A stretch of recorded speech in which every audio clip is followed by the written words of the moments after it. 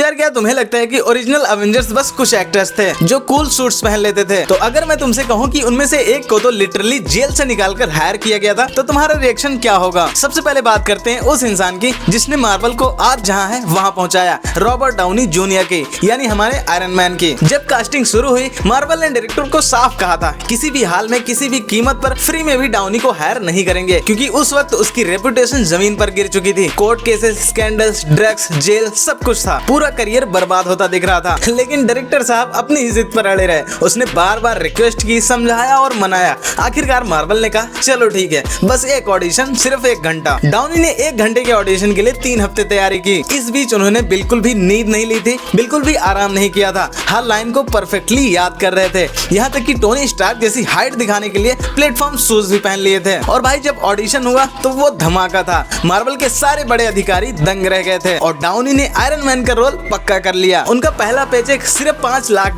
का था, लेकिन ये भी उस जेल के किचन के मुकाबले करोड़ों जैसा था, जहां वो 8 सेंट प्रति घंटे के हिसाब से काम करता था। शायद इसी वजह से उसने दूसरी चांस की कीमत बड़ी समझी। और अब आते हैं क्रिस एवंस पर, यानी हमारे कैप्टन अमेरिका पर। यह कहानी बिल्कुल उल्टी है। मार्वल ने रोल ऑफर किया, उसने कहा नहीं चाहिए, मल्टी ईयर कॉन्ट्रैक्ट से उसका करियर फंस जाएगा। इस बात से क्रिस एवंस बहुत ज्यादा डर रहे थे। मार्वल ने इस बार ज्यादा पैसे और कम प्रेशर ऑफर किया, लेकिन फिर भी क्रिस एवंस ने मना कर दिया। तीसरी बार सीधे मार्वल के प्रेसिडेंट और डायरेक्टर उनके घर पहुंच गए। स्क्रिप्ट की तारीफें की, फिर भी क्रिस ने साफ मना कर दिया। उन्होंने कहा कि मैं फंसना नहीं चाहता हूँ। 3 बार रिजेक्ट होने के बाद मार्वल भी चिढ़ गया। मार्वल ने कहा कि क्या तुम सच में जिंदगी का सबसे बिगेस्ट रोल छोड़ रहे हो? लेकिन आखिरकार रॉबर्ट डाउनी जूनियर ने जाकर उन्हें खुद समझाया और फिर इतिहास बन गया। अब आते हैं क्रिस हेम्सवर्थ पर, यानी थॉर पर। भाई कंस्ट्रक्शन वर्कर था। डायरेक्टर ने देखा कि यार ये तो हथौड़ा बहुत ही नेचुरली पकड़ता है, बस उसी पल थॉर चुन लिया गया था। ब्लैक विडो यानी स्कारलेट जोहानसन ने तो खुद मार्वल पर आइडिया फेंका था कि ब्लैक विडो को प्रॉपर्ली मूवी स्टार जैसा बनाया जाए। रोल फाइनलाइज होने से पहले ही वो डायरेक्टर से फीमेल हीरोज की बात करती थी। फिर उसने अपने बाल लाल कर लिए, लेकिन उसका टाइट सूट उसे पहनना सच में ब्रूटल एक्सपीरियंस होता था। भाई ये सारे एक्टर्स सिर्फ रोल नहीं निभा रहे थे, ये अपनी जिंदगी बदल रहे थे। अब तुम मुझे कमेंट करके बताओ कि इन ओरिजिनल एवेंजर्स में से किसकी जर्नी तुम्हें सबसे ज्यादा इंस्पायरिंग लगी।